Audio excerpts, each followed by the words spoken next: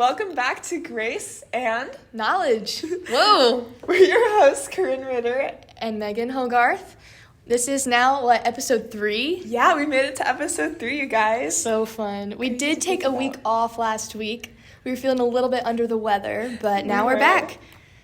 Yeah. Okay, so we wanted to just remind you listeners of kind of the heart behind our podcast. So the heart behind our podcast is kind of just to be able to not only share our own stories and experiences with God, but also the experiences of other students here at Bethel. And so today we are excited to tell you guys that we have our first guest, Madi Perry. So Madi, why don't you introduce yourself and just tell us a little bit about you? Yeah, yes, my name is Madi. I'm a sophomore Christian ministry major with a focus in youth ministry. I'm from New Paris, Indiana, which no one actually knows where that is. So I just end up saying Goshen, and that sometimes rings a bell. Nice. And if not, then I'll revert to Fort Wayne or something and try and direct from there. But yeah, no one really knows where my town is, so I just avoid saying it a lot. But I feel your pain. Yeah. I just say I'm from Lansing, even though I'm not, just because it's easier to explain. So I feel your pain. Wait, what's your actual town that you're from called? It's called Holt. It's 2-minute drive from Lansing. Oh. But I just say I'm from Lansing because no one knows where Holt is. I don't think I ever knew that. Fun fact, yeah. Because you always just say Lansing. Because you did say Lansing when Yeah. I was talking to you. I was oh wait, you're not. I tell everyone Lansing. Okay. It's just so much easier, and since I live so close, but Yeah. so I feel your pain, Maddie. That does make sense. I'll just drop the address so people know exactly where. See, there you go. I'll just drop the Put pin, it in actually. the description, actually, of the pod. This is Maddie's address, in case you're wondering. That's amazing. That's great.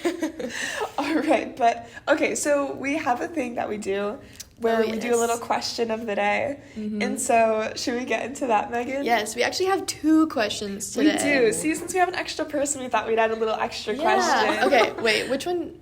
Should I just start with that one? Yeah, go for it. What is the weirdest dream you've ever had, if you can remember? Oh, okay. I have weird dreams, a lot. I've had, so many in the past few weeks. A lot of times, it's, people that, I'm not really, I don't interact with, ever, and suddenly they're playing, a huge role in my dream. And now I'm, I can't even look you in the eyes when I see you again because you were doing something weird, in my dream. And I'm like, what do you mean? We were, on some, secret mission to, bust Russians or, I don't know. It's always, something weird, and I wake up and I'm like, what?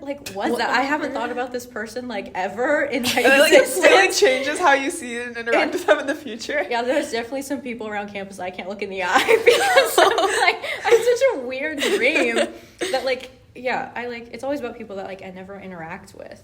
Mm-hmm. Or, my dreams make no sense. And so I know some people are like, oh, maybe my dreams are, a sign from God or something. Mine aren't. Because there's no way that what's happening in my dream is about, a prophecy or something. Oh, my word. There's no way. Yeah.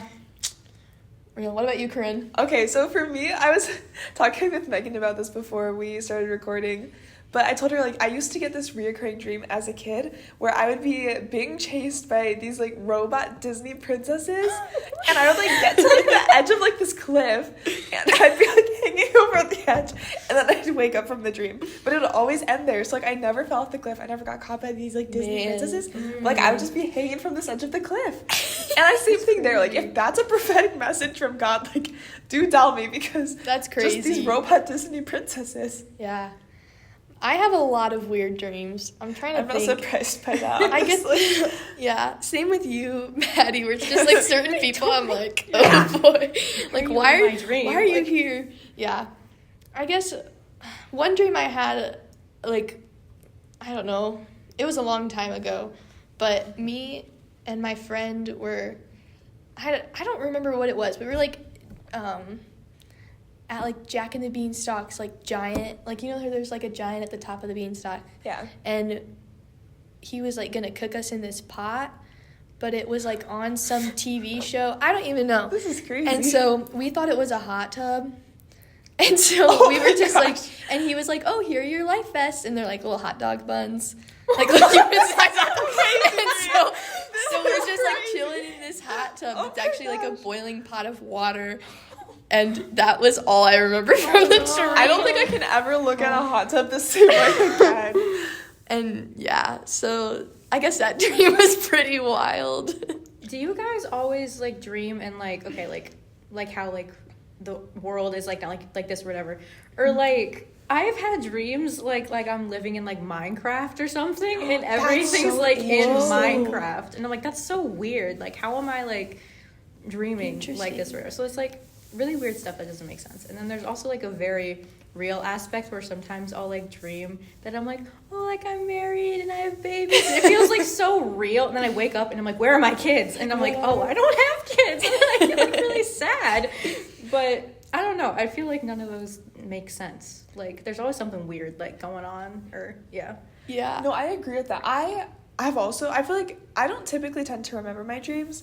The only ones I remember are when they're so realistic that I think it actually like has happened, and then I'll wake up and I'll be like, that did not happen. Like I had one dream recently where my boyfriend, like this is before we were dating, had like met my dad, and it was the like most awkward interaction ever. And I woke up and I was so scared that had happened. I was like, why would he do that? Like that was so bad. And so then when he met my dad in real life, I was like so scared. Oh, no. But it was nothing like my dream. But like I was like, there's no way that just happened, because that was the worst interaction of all time. Oh, no.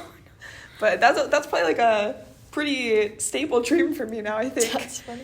This interaction with my dad for the first time. I mean, I've had a dream before, like kind of, I don't even know, but what's her name? The one, oh, stink. Now I'm going to forget. Scarlett Johansson from the Avengers. She played, Black Widow. Yeah, she was in my dream, and we were, like, trying to, I don't know, I was just fighting with them and a bunch of people, and we were taking people out and running away, and, yeah, it was crazy. So I guess I was an Avenger that night. You are an Avenger.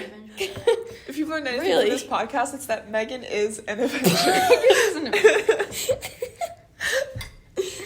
Oh my god. That's crazy. Okay, so should we get into the second question? Oh yeah, our second question. Basically, what is a hill you will die on? Like, what's something you're so stubborn about that like you'll die on? Oh. Okay, maybe don't go with me first, because I don't okay. know. Okay. No, I got it. Okay. I don't really know either right now, actually. I came up with the question, but my gosh. I couldn't think of anything. Which is ironic. No, I'm sorry. That's my bad. It's okay. You can think about your question. Okay, so I am just a very stubborn person in general, and I decide to be stubborn about the most like random things. Like it's never something actually like important. It's like something stupid that I've just decided to have an opinion on because I want to disagree with the majority of people. And so one of these things is like what we call the library. So as these two know, within our friend group, we have a slang for the library. They call it the berry. And I have just made it up in my mind to never call it that in a normal conversation. Like, it just, I think, okay, they're gonna hate me for this. I just think it's really cringe, and I refuse to say it and be like the rest of the group. And so I will make it an extra effort just to call it the library, just to spite specifically the boys, because I know they want me to say it. So as much as possible, I will just call it the library in front of them, because I know it drives them crazy. But that is my hill that I will die on. Like, I will genuinely never call it the berry, like, in reference to the library, as we're just going there, because I can't do it. They all say it, I can't do it. But that's my hill I will die on. Oh, also that Culver's is just the best restaurant. Oh, that's... Because really? I have an obsession with Culver's. I think there was 1 week we does. went there like 4 days, like during the same week. I just I love Culver's. I have a random obsession. Yeah. Like we go there so much, and so there's nothing better. And hey, I mean, I will die on that hill as well. Yeah. I do have a lot of free scoops, which is why we go there so much. But I will also die on my Culver's hill. Like I will not disown Culver's. I love it so much. But that's probably my two. I don't know. I'm still thinking. I know there's got to be something, and I know when it comes up, We're going to be talking about this tomorrow, and we're going to be like, oh, and that's then be like, oh, that's yeah, what it was. Yeah, 1,000%. And be like, oh, like, why could I not think of that, like, in the moment? Like, this is something actually important to me, and, like, I can't think about it. Like, I suddenly forget, like, all of my, like, morals. Like, when someone asks me about them, I'm like, You're like, what? Actually, I don't know what I really think is important. Hang on, everything important just left my brain, actually. Like, so true. There you go. That's your question to be thinking about to all the listeners is, what's your hill that you'll die? Yeah, let us know. Yeah. Maybe let us know if you think you know what mine is. Yeah, actually, what do you think? What do you think? You guys know me better than I know myself. Because we can't think of one for her. So do let us know. Okay, I kind of have one. Okay. Oh, okay. I looked at my water bottle. And for, like, reference, I have, like, a Spider-Man water bottle. And so it made me think about it. But I know this is, like, I guess mine's more of, like, an unpopular opinion, like a hill I'm going to die on. But I'll fight pretty hard for it. My favorite Spider-Man movies are the Andrew Garfield Spider-Man movies. Really? And a lot of people don't like that. Because they're, like, either, like, classic, like, Tobey Maguire. Or, like, they, like Tom Holland or something like that. But I love, like, The Amazing Spider-Man. That's probably my favorite one. I also love... like the, like, Miles Morales, like, Spider-Man. Like, Into the Spider-Verse is, like, so cool. Like, I, like, don't love, like, animated, like, movies or whatever. Like, I've never really gotten into them. But, like, I loved that movie. So I kept rewatching it. And, like, anytime, like, I would have, like, kids, like, I would, like, babysit and, like, have kids over at my house, like, I would play that movie because I'm like, oh, this is a cartoon that I can actually watch. Like, I'm not going to get annoyed by it. You're, like, psych, I'm actually watching it for myself. And I'm like, they don't even care, but I'm just, like, entranced by the TV. I'm just, like, sitting there, like, 2 inches away, like, watching. Like, they could be going off and doing something and you wouldn't even notice. I don't care anymore. I'm watching a movie. No, it's good. We watched it at least for me, it was the first time this year. We watched it with the guys. We had, like, a movie night. Yeah. Yeah, and it was actually pretty good. It was the first time I'd seen it, but I liked it. I've never seen, like, graphics like that before, and I was like, holy yeah, like, this is really, like, this the is art in good. it, the animation's really good. Thing. Yeah. Yes, it did give comic book, like, for an animated movie. Yeah. And it was really cool. I think there was a really good balance of, like, having a storyline and, like, it's, like, actually entertaining to, like, watch. And I feel like, you know, like I said, like, a 5-year-old could watch it, but I'm an adult and I'm, like, you know, sitting here and I'm like, I love, like, this movie, like, so much. I could watch that, like, movie, like, over and over again. I was watching it in the background when I was doing homework the other day. Like, I pulled it up, like, on Netflix and I was like, oh, just, like, I'll watch this or, like, whatever. But no, I love, like, my Andrew Garfield, like, Spider-Man movies. Also, I think that Captain America and the Winter Soldier is the best Captain America movie. That is my favorite one. I love that movie, like, so much. That's one I also, like, rewatch a lot.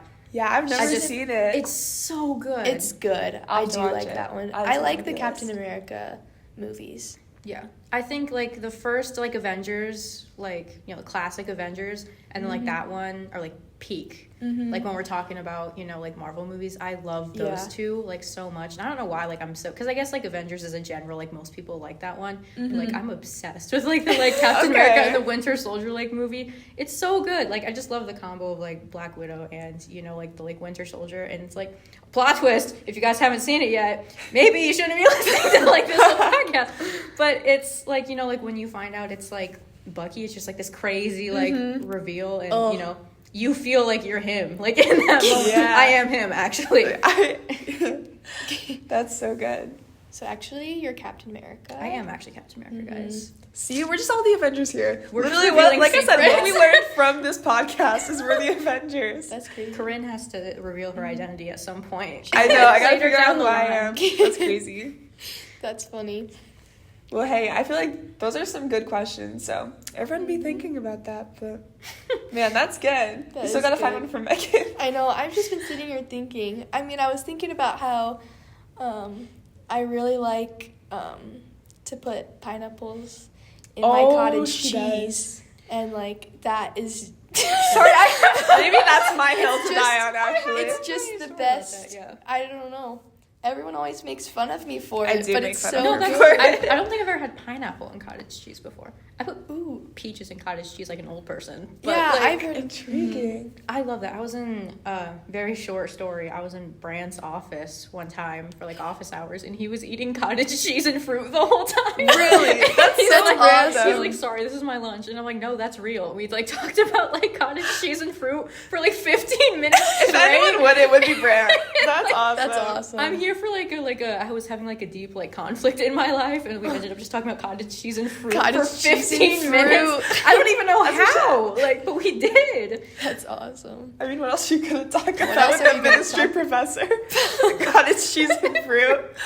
That's awesome. That's actually kind of like a perfect segue, I think, into our next thing. I agree. All right, so I think, a question that I kind of decided that I wanted to ask all the guests we have on the podcast is, it's kind of like a reflection of who you were before Jesus and then like how he's working in your life now. So the specific wording is, there was a time in my life when, and then blank, and then because of Jesus, I'm becoming someone who blank. Okay. And so I can give you an example of one that I came up with, and then I can let you just kind of share what's on your heart. But okay, so this is one that I had come up with, is there was a time in my life when my worth was in what I could do. But because of Jesus, I'm becoming someone who is loved regardless of my success. And so, yeah, I guess, like, what is something that you would say, like, you would identify with yourself before knowing Jesus? So there was a time in my life when blank, and then because of Jesus, I'm becoming someone who blank. Then I'll give you the the template here. Yeah. Okay. Yeah, I mean, I think kind of like similar to that. I guess there's kind of like two things that like go hand in hand with each other. Also, like, more preface, I've known Jesus my whole life technically, but it's more of like as I'm coming into like a deeper relationship with God and actually making it my own versus, whenever it was my parents' faith. I'm a very like, I like knowing what's going to happen, and I like being in control of like certain things, like bigger things. I'm a very like day to day, I can like go with like the flow. I'm very like chill about most things, and I love being spontaneous and like whatever, but like for like bigger things, I like knowing what's going to happen. Like I love having like a 5-year plan or whatever. And so something I really struggled with was like trusting like God in having a plan for me versus like having control like over my life and things like that. And also to go like hand in hand with that, it's like I am a very impatient person, and like I said, I like knowing what's going to happen, and I like getting things like right away, because I'm like, I meet like, like a new friend or something like that, and I'm like, I want to know everything about them like instantly. I'm very bad at like being patient, and like I love throwing myself like all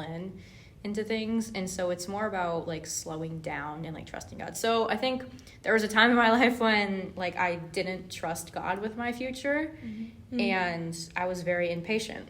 And so because of Jesus, I'm becoming someone who can trust that God has my best interests at heart, and that whatever plan he has is what's best for me, and that it's better than any plan that I could have imagined. Because sometimes things will happen in my life, and I'm like, I really wanted that to happen, but then I like have to think back and be like, but God has something better than that, something better than like what I could have imagined would like happen through this. So yeah, I'm becoming someone who can actually trust that God has a better plan for me, and someone who is becoming like more patient with things and like willing to wait for the good things, And I actually have a little like spiel on that I could go off of for a second about like being in like waiting seasons or whatever.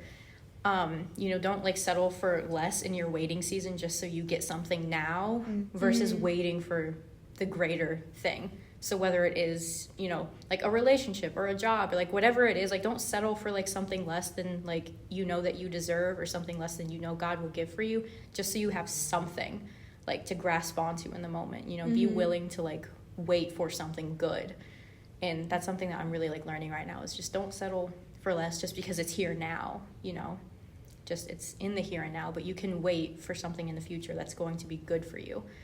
And so yeah, I'm slowly learning to like trust God more with my future, and that he does have a very good plan for me, and like I said, it's gonna be greater than whatever I could have even like possibly like fathomed.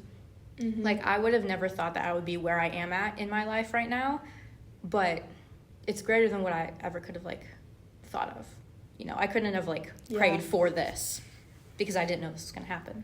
But now that I'm here and now that it's happening, it's like this is like such an amazing thing that I had no idea that like God was gonna like work and reveal, and like not to be too sappy or whatever, but like even like you guys have been like such like an amazing like blessing in my life that I'm like, I had no idea God was gonna work this way, but he did. And like look at the blessing that like God has like given me in these like two like amazing like women, you know. It's just I never could have done that, but God did that.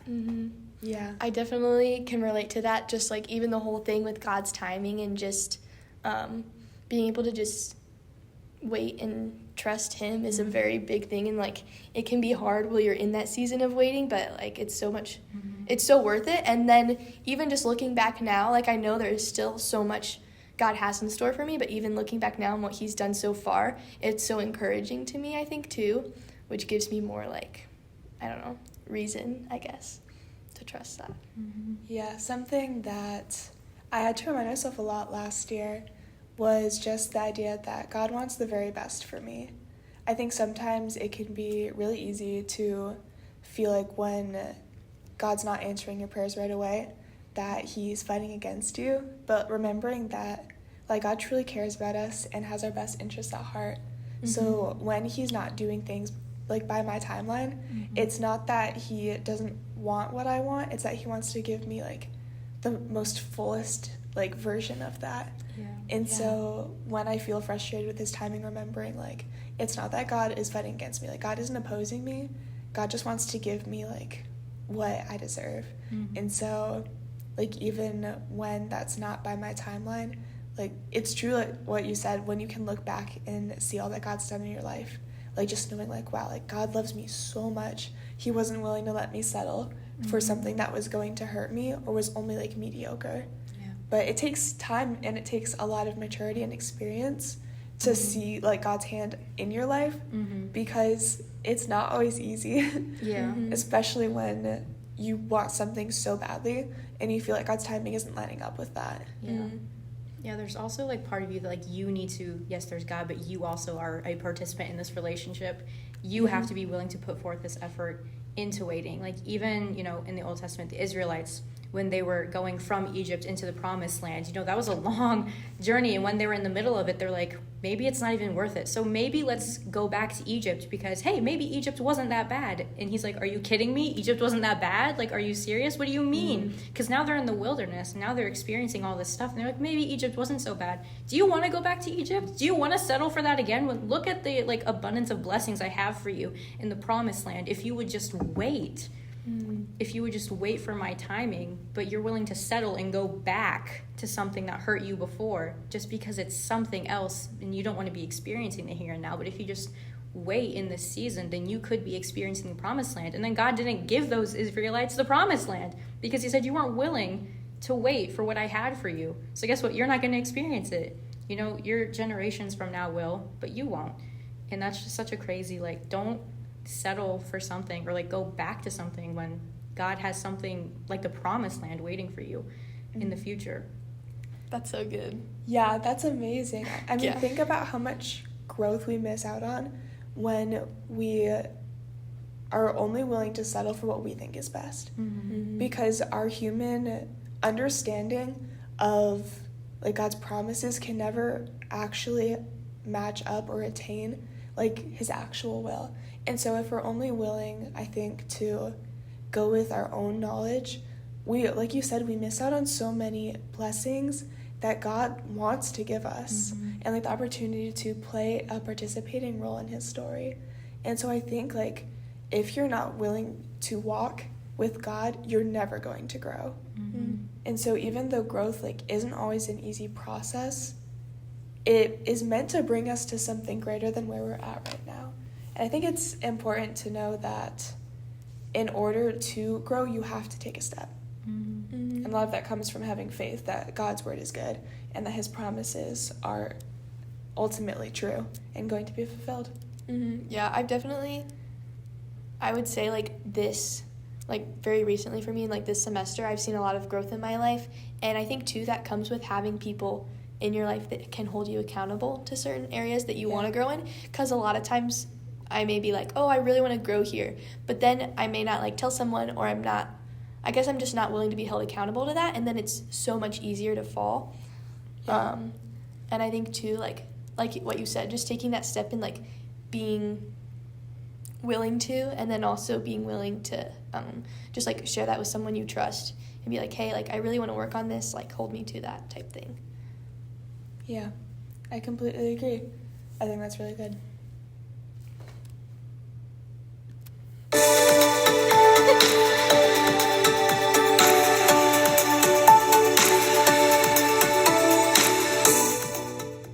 All right, so I guess getting back into it, Maddie, would you be willing to share part of your just experience with choosing your major and deciding to pursue youth min?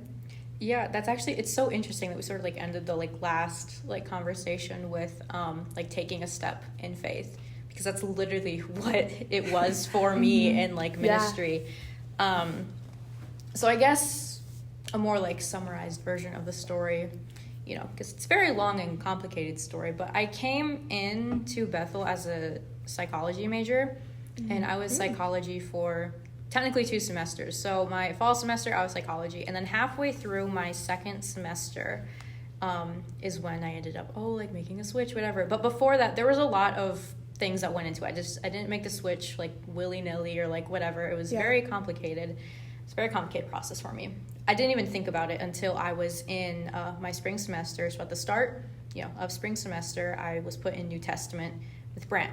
I was also in Old Testament with Brubaker, and I love Brubaker, but Brant is like the like whole reason this like ended up happening. But so I was in New Testament with Brant, and I was just I was doing all this stuff for the New Testament. We go book by book, we break it down, and we really get into it. And I'm like, this is like so cool. Like I love doing this, and I love having conversations with people who don't understand what's going on in the Bible, and I can I can answer questions, I can give them context, I can explain why God acted in this way in this situation, or like what does this mean, or people can pull verses out of context and just be like, hey, this seems crazy, and it's like, okay, no, this actually goes within this context, and so then it would further make sense.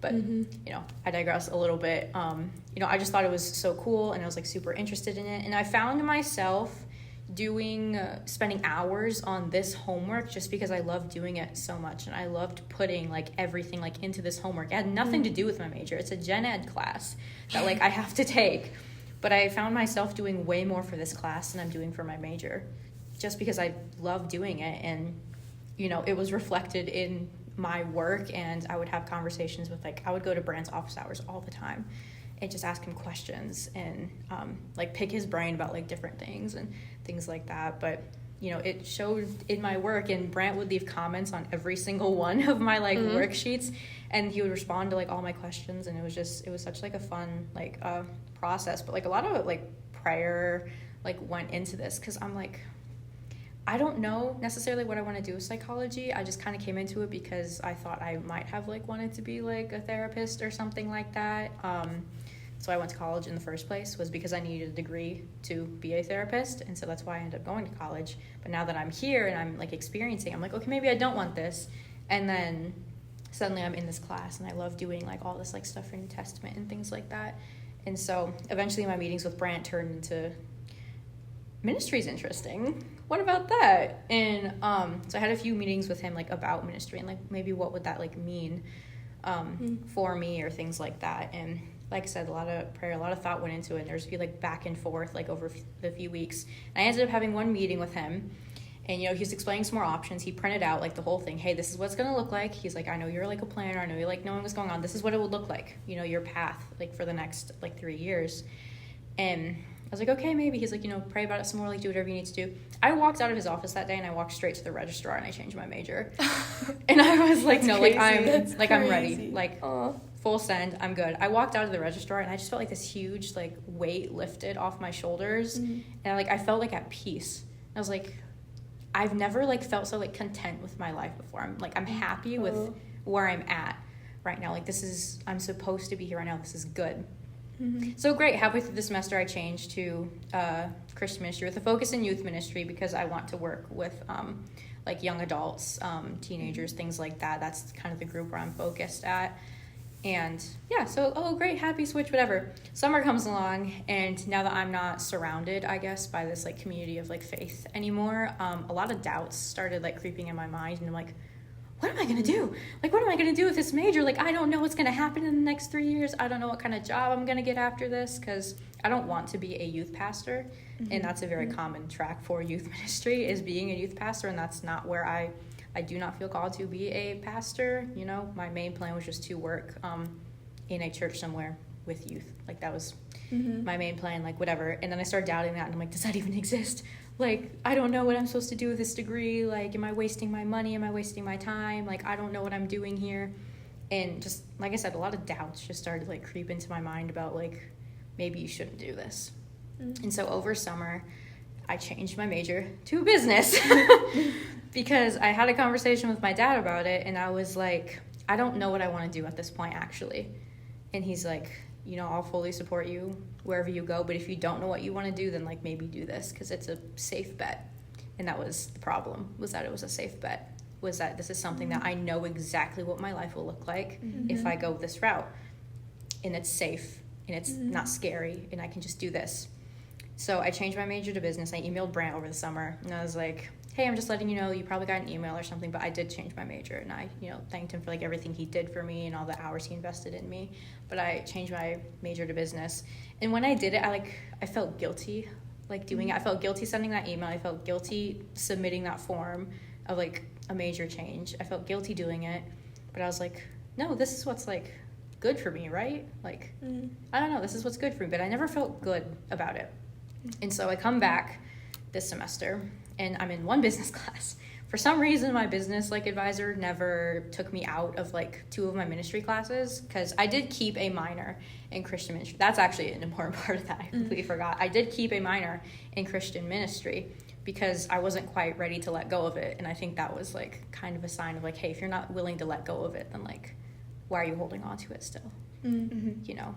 And so I kept it on as a minor. And so Brant is still technically, you know, secondary advisor in my major or whatever. And so I'm in, you know, these other ministry classes, bib and terp and camping and outdoor ministry. Super fun classes. They're my favorite classes, you know, and I love these classes. And I'm in one business class. Instantly hated the business class. No offense to, like, Shavy or whatever, because, like, he's a very nice guy, but I am just bad at econ. Like, it is not something that I am intellectually inclined to do, and instantly I knew that this is not for me. I'm like, this is not good. Like, this is not where I'm supposed to be. And I just felt so, like, at home in my, like, ministry classes. And I'm also in 2 other, like, gen eds that I have to take, which are whatever. But you know, the ministry classes I felt so, like, good about. And I was like, I don't know, like, I was really confused for a while. And I was in camping outdoor ministry with Brant.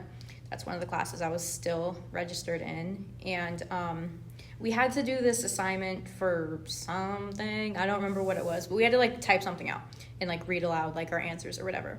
So I did that, and then, like, it was kind of a long one, but I said my answer out loud, and Brian just kind of, like, stared at me, like, for a second. And I was like, what? Like, why are you looking at me like that?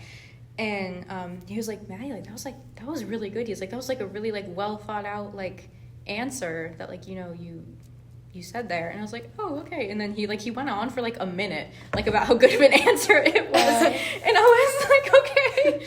And then at the end of it, he was like, are you sure? He made a joke. He was like, are you sure you don't want to, like, come back into, like, youth ministry or whatever? And then it, like, hit me in that moment. And I was like, do I? Like, is that, like, something I want? So the rest of the class, I kind of just, like, zoned out.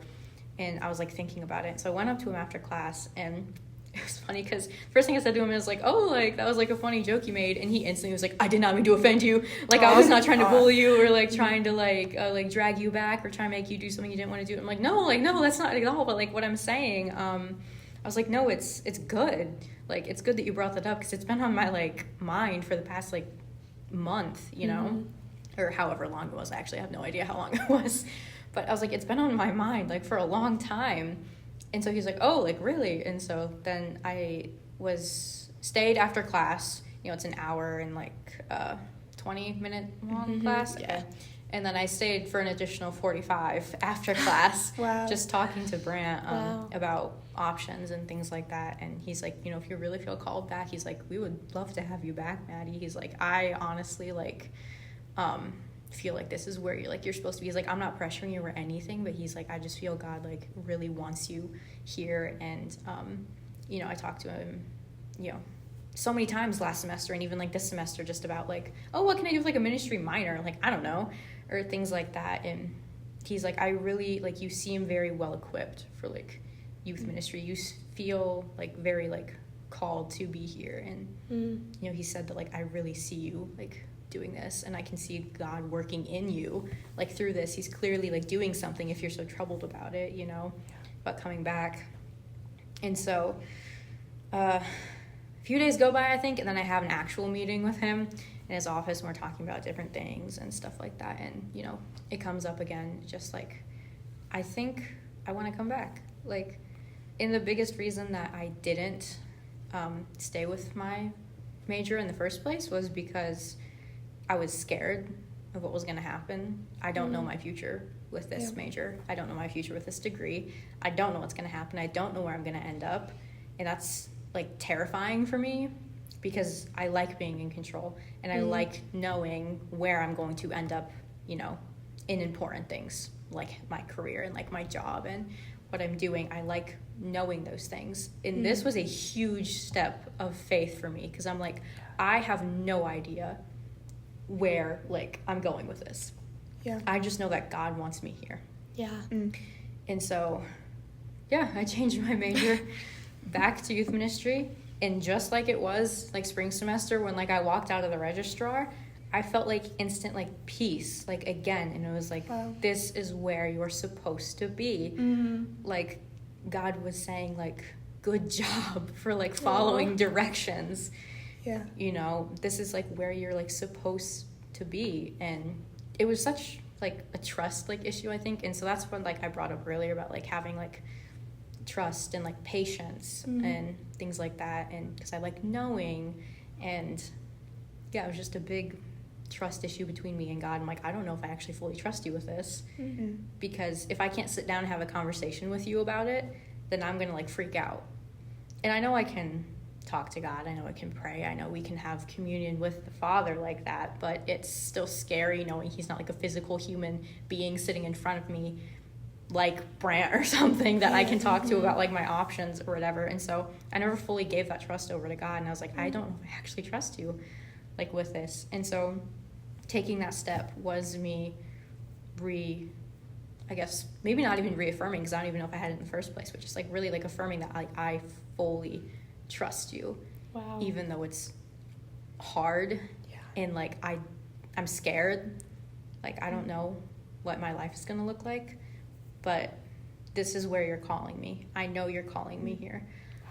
And I'm taking this step here, taking this step in faith, and I know that you will direct me where I need to go. I know that you will be with me the entire time. And that's, a huge thing. He's not just going to be with you in your future. He's not just going to meet you there. He's going to walk with you the entire time. Yeah. And because I feel like that's also like a big thing. It's like, okay, like I could know my future, but like he's also going to like, like a mother and like a child, like I'm going to hold your hand the whole time and lead you to where you need to go. And it's just, that's been a huge thing in my life. And I feel like a different person, like almost, because I'm like, I feel like I'm fully trusting God with things again, not even just, my major or whatever my career may be or whatever, but just, friendships or, I don't know, like different things in my life. I'm like, I fully trust you in these things. I know that you know what's good for me. And I've said it like a bunch of times, but I'll say it again. Like, I know that your plan is better than anything that I could possibly imagine for my life. And so I know I said I was scared a few times. I'm definitely still scared, but I'm more excited than anything, because I know that this is where I'm supposed to be. And I know that he's going to do great things through this. And I hope that I can do great things for him, through this. And so, I don't know where I'm going to go. I don't really know what I'm going to do. I don't know what my life's going to look like. But it was a huge step of faith, and I feel like at peace, like, about it right now. Yeah, that's amazing. And I think it all starts with our surrender. God, I truly believe God never is not willing to work in our lives. Like, he always has a plan for us, but that plan can't come to fruition until we surrender everything. And I've at least seen in my own life, like, I think God knows how much we can handle at different times in our life. Like, if God would have called me to ministry right away, I don't know if I would have had the trust or the strength to say yes, but I think through little steps of faith and obedience to him, by the time he asked me to do the bigger thing, I had seen how he had been faithful in my life up to that point, and I think then I was able to go, okay, God, like, I trust you. I've seen you work with the little, and so I can give you a lot. But I truly think that, yeah, it starts with us surrendering our hearts completely to God, and that's when he is able to enter into us and go, okay, like, I'm ready to move. Yeah, I definitely would say, like, my experience with ministry is kind of similar to yours, so it's kind of cool to, like, hear that. I had a major switch, like, just a few times, but it was still, like, out of the thing with me wrestling with just being able to let go and, like, trust that God's plan is truly good. Because there was a while, it wasn't even that long, but, like, I almost went with a major that, like, was just going to be the easy thing, like the definite career, definite, like, this is something I would be good with and I would enjoy doing, and it would just be the easy, like, out. But I think, too, like, I don't know, there was just, like, this lack of, I don't know if peace is the right word, but kind of like what you were saying, but then, like, once I was able to find that, and God was able to show me that, which is a long story, but it was just really, like, similar to how there was just so much, like, peace and joy. And I remember, like, that day that I had decided to switch, I was just like, this is it. Like, I know that this is what God has for me. I don't know what on earth it is, but I know that, like, his plans are good and that I can trust him with that because, yeah, it's just really good. No, that's so good. I found it just very common with, like, ministry. If you didn't come in as ministry, when you make the switch, it's very similar stories of, like, I'm taking, like, a step of faith here because I don't know where this is going to lead. And so it's just, yeah, I mean, like you said, it's just surrendering, like, what you think is best. It's surrendering what you might want for something that God's telling you you need. Yeah. And, again, even with, like, other things in my life, I've learned to be, like, I'm giving this to you, God. Whatever happens with it, I trust you. Whether or not this thing works out, if it works, if it doesn't work, I will trust you anyway. I will know that your plan was better anyway. And that was a huge thing with going into ministry was, you know, this is my career, my major, this is yours. I'm giving this to you, and whatever happens, not my will, but yours be done. Like, this is yours now. And I'm, like, at peace with it because I know that no matter what happens, it's going to be good because it's his plan. And it takes a lot of weight off of my shoulders because I'm like, oh, like, I don't have to, like, think that far ahead. I don't have to plan, like, that much just because, like, I know, like, he'll see me through whatever I need to be doing. Yeah, I would even go as far as to say I think there's more freedom in the surrender than there is on holding on to something comfortable and safe. And it doesn't always feel that way in the moment. It's so hard to step out in faith and trust God, especially when it means you don't get to control the outcome anymore. But I find that when you're in those moments of complete surrender and complete just unknown, like, that's when God moves the most. And I know, at least, like, with my own walk with ministry, that there have been times it's been really hard. I would never say that it was an easy process the whole way through, but I would also never say I've regretted, like, where God has led me. Not once have I ever gone, I don't think ministry is what God has called me to. And I think having the confidence that I am where God wants me to be is what gets me through those hard times.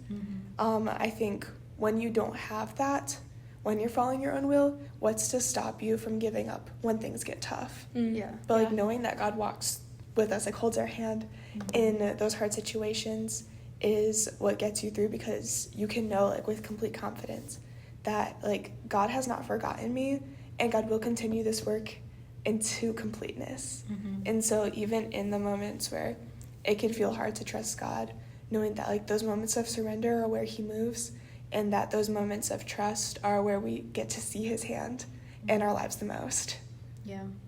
Even like I had to do this like reading earlier about like the prophet Isaiah or whatever. But even when God was calling like Isaiah had these doubts about like him, you know, being called into this or whatever. And God literally like sent this angel down, and he was like, hey, I know you have doubts. I know you think, a big part of it was like, I know you think you're not like worthy enough because you feel guilty about your sin, about things you've done or whatever. Like I didn't feel like almost like worthy to like be in ministry. I didn't feel prepared. I was like, I don't know, like I'm not a bad person, but like I almost like I didn't feel like, I feel so out of my league like with it sometimes. And I'm like, am I like smart enough to like be here, or you know, am I meant to be here? But even with Isaiah, God told him, he's like, are you going to like follow me? Like, are you going to like accept this? And like Isaiah was like, he said, you know, here I am, Lord, send me. That was my reaction to youth ministry. I sat there